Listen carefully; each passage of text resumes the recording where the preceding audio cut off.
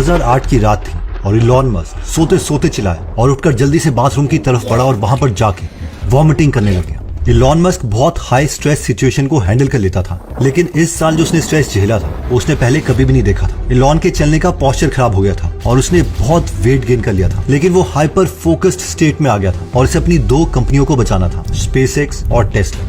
Elon Musk ने अपने छोटे भाई किम्बल मस्क को बुलाया और उसे कहा, तुम्हारे बैंक में कितने पैसे हैं? मेरे पास कुल $3,75,000 है, जिससे मैंने एप्पल के शेयर्स खरीदे हैं और इन्हीं शेयर्स को बेच के मुझे अपना लोन चुकाना है। इस पर इलॉन मस्क बोले, नहीं, लोन रहने दो, ये सारे पैसे तुम टेस्ला में लगा दो। इलॉन मस्क अपने सारे पैसे अपनी कंपनी टेस्ला में लगा चुके थे और अपने दोस्तों और फ्रेंड्स को कॉल करके कह रहे थे कि वो भी उसे कुछ पैसे उधार दे दे। रोडस्टर गाड़ी बनने के लिए कई कस्टमर्स ने गाड़ी की प्री बुकिंग करवा रखी थी, यानी गाड़ी के लिए उन्होंने पहले पैसे दे दिए थे, जो गाड़ी उन्हें 1 साल बाद मिलनी थी। अपनी टीम के लाख मना करने के बाद भी इलॉन अपने कस्टमर्स के ये सारे पैसे अपनी कंपनी में लगा चुके थे। 2008 के क्राइसिस में सारी कंपनीज बंद हो रही थी और कोई भी इन्वेस्टर इलॉन की कंपनी के लिए उन्हें पैसे नहीं दे रहा था। इलॉन मस्क की वाइफ तलुला ने अपने पेरेंट्स को इलॉन की सिचुएशन के बारे में बताया, जिस पर तलुला के पेरेंट्स ने कहा कि हम अपना घर गिरवी रख देते हैं और इससे जितने भी पैसे मिलेंगे वो हम इलॉन को दे देंगे, लेकिन इलॉन ने इसके लिए मना कर दिया। इलॉन की ऐसी हालत देखकर इलॉन के दोस्त मार्क जनकोसा ने कहा, यार स्पेसएक्स और टेस्ला में से एक कंपनी को बंद कर दे और एक पर ध्यान दे। इस पर इलॉन मस्क ने कहा,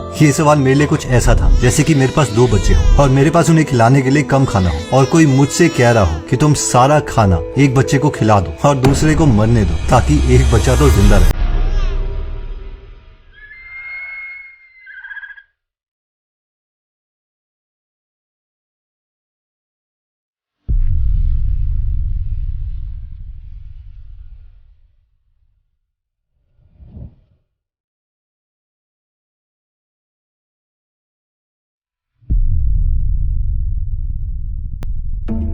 टेस्ला के बोर्ड मेंबर्स ने इलॉन मस्क के लिए एक कंडीशन रखी थी कि अगर टेस्ला की टोटल मार्केट वैल्यू $650 बिलियन के आसपास पहुंच जाती है तो उन्हें $100 बिलियन मिलेंगे, वरना कुछ भी नहीं। जिसका मतलब था कि टेस्ला की इतनी मार्केट वैल्यूएशन बढ़ाना जितनी की जनरल मोटर्स की भी नहीं थी, जबकि जनरल मोटर्स ने पिछले 1 साल में 1 करोड़ गाड़ियां बेची थी और उनका 80,000 का प्रॉफिट था, जबकि टेस्ला ने पिछले साल 1 लाख गाड़ियां बेची थी और वो 18,000 करोड़ के लॉस में थे। टेस्ला बोर्ड मेंबर्स की ये कंडीशन इलॉन मस्क तभी पूरी कर पाते अगर वो हर हफ्ते 5,000 गाड़ियां बना पाते। इलॉन को लग रहा था कि ये टारगेट वो किसी भी हालत में पूरा कर देंगे, लेकिन उनकी टीम को, उनके इन्वेस्टर्स को और बाकी पूरी दुनिया को लग रहा था कि इलॉन ऐसा कभी भी नहीं कर पाएगा और बाकी लोगों को ये लगना कि इलॉन कभी भी इस टारगेट को अचीव नहीं कर पाएगा वो ठीक भी था, क्योंकि उस वक्त टेस्ला फैक्ट्री 1200 गाड़ियां हर हफ्ते बना रही थी और 5,000 गाड़ियां बनाने के लिए उन्हें 2 सबसे बड़ी मुश्किलों का सामना करना था। मुश्किल नंबर 1, जो ऑलरेडी टेस्ला की फैक्ट्री थी उसे इतना एफिशिएंट बनाना था कि उस फैक्ट्री में ऑलरेडी लगी मशीन से वो 1200 के बजाय 3600 गाड़ियां बनाए, जो कि नामुमकिन था।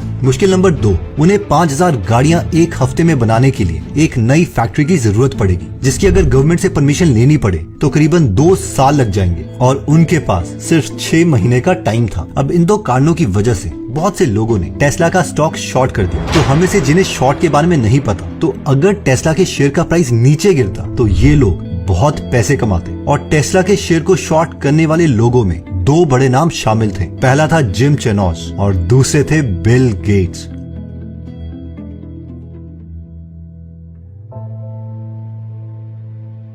जिम चेनोस एक बहुत ही फेमस ट्रेडर है। इन्होंने क्या किया कि इन्होंने 2 टीम्स बनाई थी जो कि टेस्ला की फैक्ट्री की हर खबर रख रही थी। इन टीम को नाम दिया गया एयरफोर्स टीम और ग्राउंड टीम। एयरफोर्स टीम में जिम चेनोस ने लोगों को ड्रोन्स दे दिए जो टेस्ला फैक्ट्री के ऊपर घूमते रहते थे और ग्राउंड टीम में लोग थे जो जमीन से टेस्ला फैक्ट्री की वीडियो रिकॉर्डिंग करते थे। इन दोनों टीम का एक काम था कि ये दोनों ये देखते रहे कि टेस्ला में कितना सामान अंदर जा रहा है और कितनी गाड़ियां हर हफ्ते बन के बाहर आ रही है। इन सबको यकीन था कि 6 महीने में ये सारे करोड़ों कमाएंगे, क्योंकि दूर दूर तक टेस्ला फैक्ट्री से 1800 से ज्यादा गाड़ियां बाहर नहीं आ रही थी।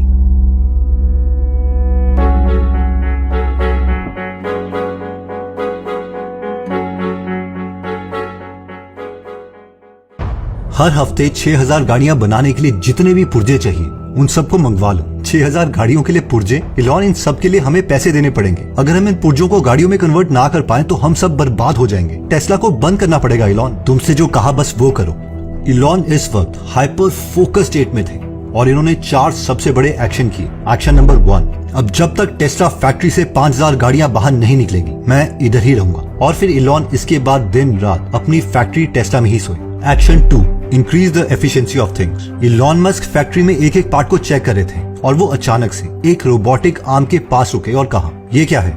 ये रोबोट स्क्रू टाइट करता है। स्क्रू टाइट करता है? इतना स्लो? इससे तेज स्क्रू टाइट तो मैं कर लूं। इसका इंजीनियर कहाँ है? अभी वो खाना खाने गया है, उसे जल्दी बुलाओ, मैं यहीं पर हूँ। जब वो इंजीनियर आया और उसने सेटिंग देखी तो वो इलॉन को बोला, इलॉन ये स्लो इसलिए है क्योंकि इसकी सेटिंग ऐसी की गई है कि ये अपनी 20% स्पीड पर चल रहा है। इसे 100% स्पीड पर कर दो। पर इससे तो नट खराब हो जाएंगे ना। कोई बात नहीं, तुम इसे फिर भी करो। जैसे ही स्पीड 100% पर की गई तो उस रोबोट ने इतनी तेजी से नट घुमाए कि वो सारे टूटने लगे। ये देखकर इलॉन बोले, इसकी स्पीड मैक्सिमम स्पीड से अब 70% कर दो। जब स्पीड 70% की गई तो सब ठीक चलने लगा और इस स्टेप का टाइम पहले से आधा हो गया। अब इससे पहले कि हम आगे बढ़े, पिछली 2 वीडियोस में हमें कमेंट आ रहे थे कि हम एडिटिंग करते कैसे हैं। ये मैग्नेट्स मीडिया यूट्यूब चैनल की तरह हम कैसे एनिमेशन करते हैं, इसका क्या कोई सॉफ्टवेयर है या इसका कोई कोर्स है क्या? इसके अलावा और भी इंटरेस्टिंग बात तो ये हुई कि जब मेरे 4 यूट्यूबर फ्रेंड ने भी इस एडिटिंग स्टाइल की तारीफ करी तो इस पर मुझे और मेरी टीम को ये तो क्लियर था कि इस स्किल की डिमांड बहुत है। यूट्यूबर्स को अच्छा एडिटर नहीं मिल रहे हैं जो इस तरीके की एनिमेशन कर सके। तो हमने सोचा कि क्यों ना हम एडिटर्स को ट्रेन करें, उन्हें कोर्स दें और उस कोर्स में एक असाइनमेंट भी दें। अब जिसका भी मन होगा वो असाइनमेंट कर सकता है और हम अपनी वेबसाइट में लोगों की असाइनमेंट शेयर करेंगे। अगर किसी यूट्यूबर को उनका काम अच्छा लगता है तो हम उस एडिटर से उन्हें मिलवा सकते हैं। इससे एडिटर को काम मिल जाएगा और यूट्यूबर को आसानी से अच्छे लेवल का एडिटर। तो अभी तो हमने ये कोर्स नहीं बनाया है, ना ही हमें ये पता है कि इस कोर्स का प्राइस क्या होना चाहिए, क्योंकि कई लोग इस एडिटिंग कोर्स के 44,000 रुपीज तक चार्ज कर रहे हैं। एनीवेज हम नहीं चाहते किसी को इतना पे करना पड़े। अभी हमने अपने कोर्स के प्राइस को डिसाइड नहीं किया है, लेकिन हमें ये पता है कि इसका प्राइस फ्यूचर में 1247 रुपीज से कम तो नहीं होगा। तो अभी अगर आप इस कोर्स को प्री बुक करना चाहते हैं तो इसका लिंक हमने डिस्क्रिप्शन और फर्स्ट कमेंट में दे दिया है और प्री बुक करने पर आपको 500 रुपीज का डिस्काउंट मिलेगा। यानी अभी आप इसे 747 रुपीज में ले सकते हैं। आपको अप्रोक्सीमेटली 30 दिन के बाद मिलेगा, लेकिन ये बेस्ट कोर्स होगा और हम इस कोर्स में अपनी एग्जैक्टली एक वीडियो कंप्लीट करके दिखाएंगे। इसके साथ ही इस कोर्स में करीबन 2 मिनट की असाइनमेंट होगी, जिससे आप कंप्लीट करोगे तो उसे हम अपनी वेबसाइट में मेंशन कर देंगे ताकि कोई भी एम्प्लॉयर जो एडिटर को ढूंढ रहा है वो आपको हायर कर पाए।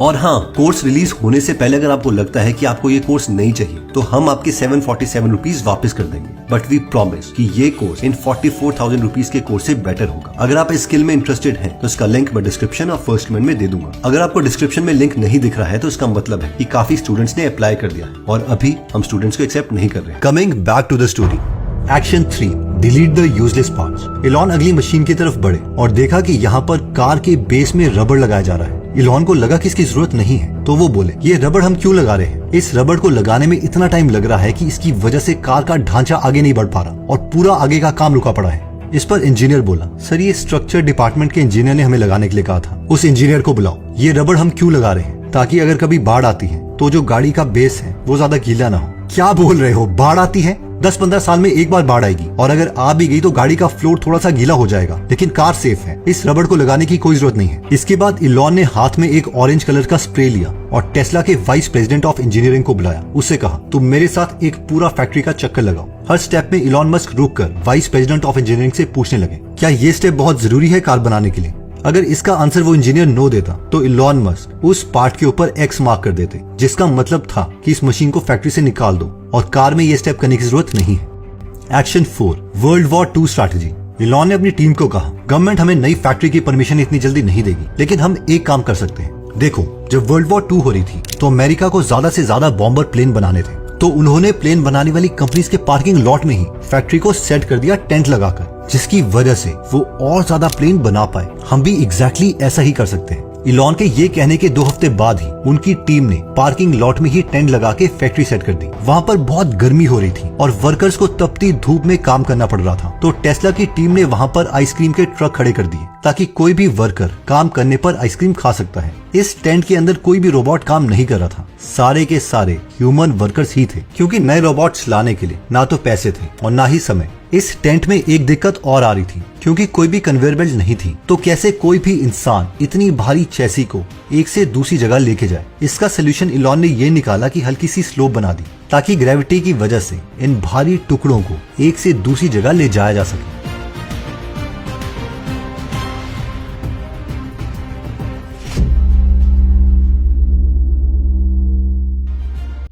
टारगेट के 6 महीने होने से कुछ दिन पहले ही जुलाई 2, 2018 को सुबह के 1:56 में इलॉन ने ये ट्वीट किया, 7,000 गाड़ियां 7 दिन में, heart Tesla team heart.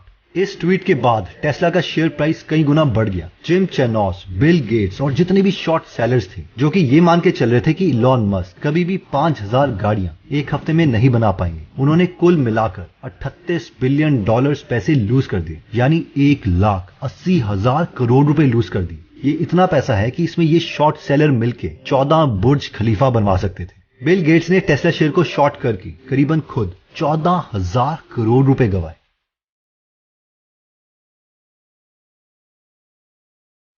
Okay, तो एक बार ये जो पूरी वीडियो है इसकी मैं लर्निंग आपके लिए समराइज करता हूं। ये पूरी वीडियो 3 पार्ट्स में डिवाइडेड थी। पार्ट 1, इलॉन मस्क अकेले हैं, वॉमिटिंग कर रहे हैं, लेकिन वो क्विट नहीं करते।